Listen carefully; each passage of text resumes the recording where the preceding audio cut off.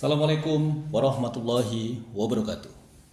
Sahabat Curhat Hukum, selamat bertemu kembali dengan saya Ismail Marzuki dalam YouTube channel Curhat Hukum Ismail Marzuki. Di kesempatan hari ini saya akan menyampaikan satu materi tentang One Prestasi. Mungkin sahabat Curhat Hukum sudah sering mendengar kata One Prestasi. Nah, kali ini dalam waktu yang singkat ini saya akan sampaikan pembahasan mengenai materi One Prestasi secara singkat.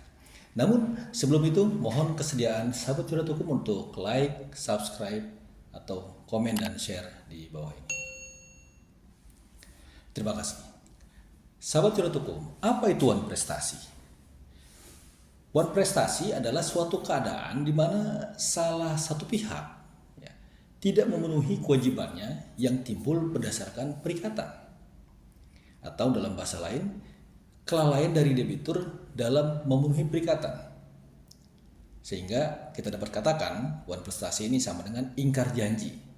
Nah, yang namanya ingkar janji, syarat utamanya adalah dia harus ada janji terlebih dahulu, lalu salah satu pihak tidak memenuhi janjinya, tidak memenuhi kewajibannya berdasarkan perikatan atau janji tersebut.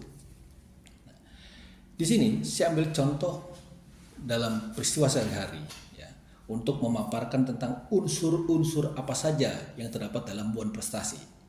Sebelum saya menyampaikan 4 unsur tersebut, saya kasih satu contoh kasus. A meminjam uang dari B sebesar 120 juta rupiah untuk keperluan modal dagang. Dalam perjanjian disebutkan A dilarang menggunakan uang untuk tujuan konsumtif. Lalu disebutkan bahwa pengembalian pinjaman tadi dengan cara mencicil selama 12 bulan. Dan setiap cicilan dilakukan paling lambat tanggal 10 setiap bulannya sebesar 10 juta rupiah. Dalam contoh ini saya tidak menggunakan adanya bunga pinjaman. Nah, berkaitan dengan unsur-unsur One Prestasi, dikaitkan dengan contoh tadi, ada 4 unsur One Prestasi. Yang pertama adalah seseorang dikatakan One Prestasi jika dia tidak melakukan apa yang disanggupi atau tidak melakukan apa yang sudah diperjanjikan.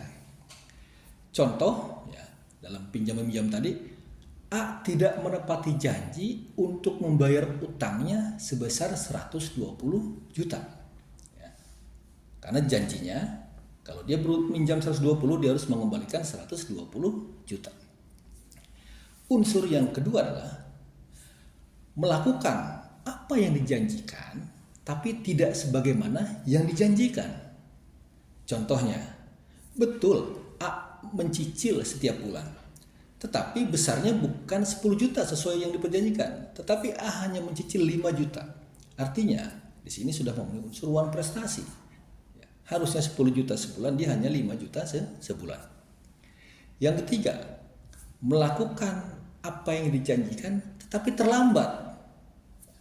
Contoh, A membayar cicilan di luar tanggal yang dijanjikan. Dia bayar memang 10 juta per bulan, tetapi dia bayar itu tanggal misalnya setelah tanggal 10, tanggal 11, 12, dan seterusnya. Ini juga sudah termasuk dalam One Prestasi. Atau yang keempat, unsur yang keempat adalah melakukan sesuatu yang menurut perjanjian yang mereka buat tidak boleh dilakukan. Nah, di sini ternyata A menggunakan uang pinjaman tersebut untuk membeli home theater, televisi, dan segala macam yang merupakan barang-barang konsumtif. Di sini si A tadi sudah masuk unsur One Prestasi. Lalu apa akibat dari One Prestasi tersebut? One Prestasi selain ada unsurnya juga ada akibatnya, di mana seseorang yang merasa dirugikan karena adanya One Prestasi, dia dapat meminta pihak yang telah bertindak One Prestasi tersebut untuk memenuhi persetujuan, atau si pihak yang dirugikan menuntut pembatalan persetujuan dan meminta penggantian biaya, kerugian, dan bunga. Demikian paparan singkat yang dapat saya sampaikan. Lebih dan kurangnya mohon maaf. Assalamualaikum warahmatullahi wabarakatuh.